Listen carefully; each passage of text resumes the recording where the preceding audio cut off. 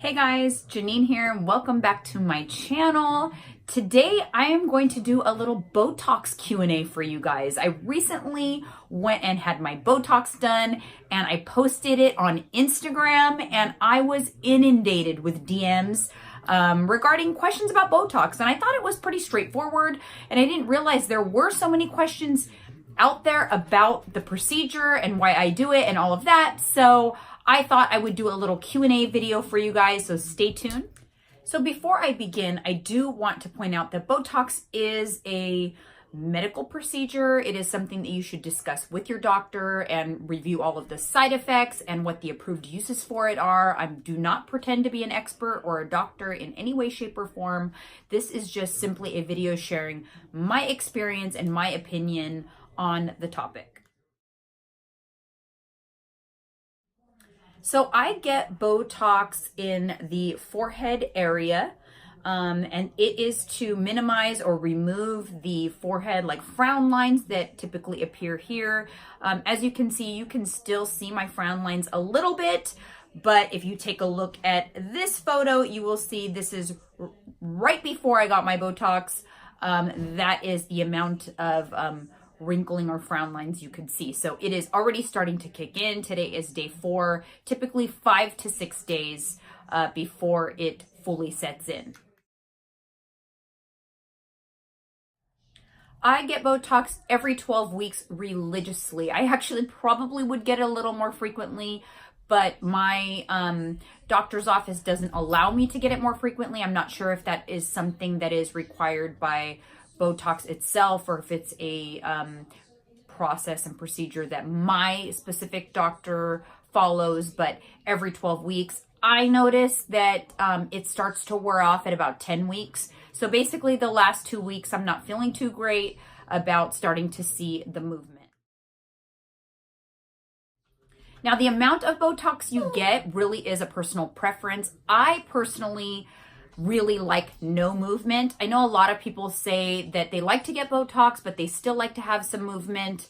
But even for this right now for me is a little too much movement, but it hasn't fully kicked in yet, so it'll nicely freeze over. I don't mind that my forehead doesn't move. I like it like that. Again, personal preference. You do not have to get as much. You can just do kind of less units and it would give you some more movement, unlike myself who kind of goes for the full dosage, and I like it as frozen as possible. And the part in here, actually it's starting to kick in pretty good, but I like this to be kind of frozen because I tend to frown a lot and it causes like these 2 wrinkles in here. Not to mention it just makes me look mean, even though I'm really not mean. It's like total resting bitch face, but when I have Botox I look happier. I think this really depends on who is actually doing the procedure for you. Certain people are more, experienced in doing the procedure and they can do it very painlessly. Also depends on the size needle they use, the way they do the procedure. I've been to several different places to get my Botox done, and I've had a different experience every time. For the most part, it is not painful at all, just a slight pinch, and no numbing or anything like that is required. But I have been to certain doctors that will actually use an ice cube to numb the forehead, and I find that when they use an ice cube to numb the forehead, that is actually more painful than the needle going into my forehead itself. So I prefer my current doctor, which I've actually been going to her for many years.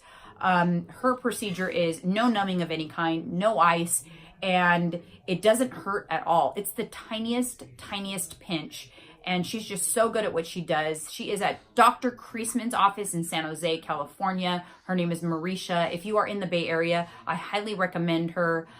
She's just really, really good at what she does.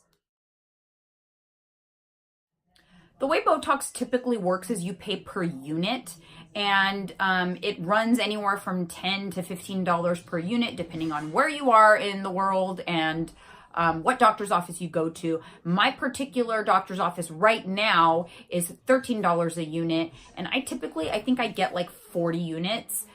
So my Botox runs me about $500, every 12 weeks. There really isn't any downtime. That's the cool part. You can go in, get your procedure on your lunch hour. You might look a little lumpy and bumpy for like 15 minutes after the procedure, but then it completely goes away. You could go back to work and no one would ever know that you had anything done. For the most part, Botox is a very subtle change to your face. You're never really going to have somebody that looks at you and says, "Oh my God, what did you get done?" So you don't have to worry about feeling that insecurity.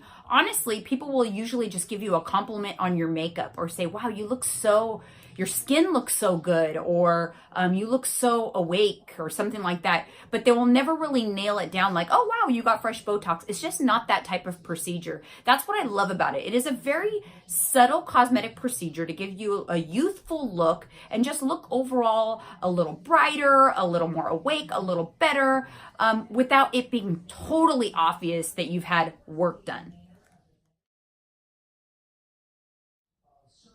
Side effects really do vary from person to person. And again, this is something that you're going to want to talk to with your medical professional that's doing the procedure. I do highly recommend going to a reputable place. Don't use Groupon or go to one of these Botox parties.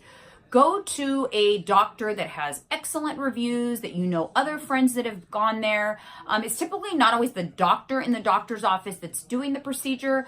It's usually like an injection specialist or an assistant of some sort.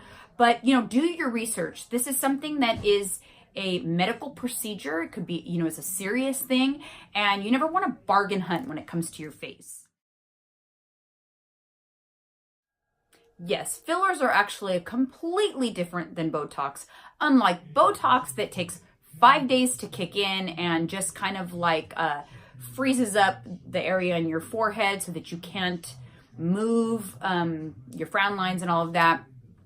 Fillers is actually immediate gratification, but that's a whole different topic. It is something that I have done as well.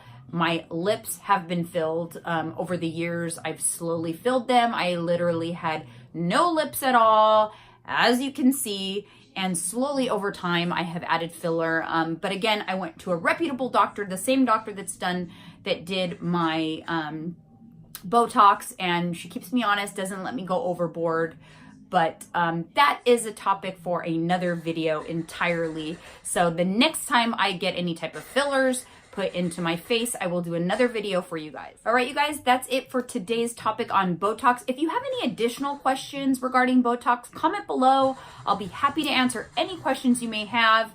Other than that, make sure you subscribe to my channel. Thank you for watching, and we'll see you again next time.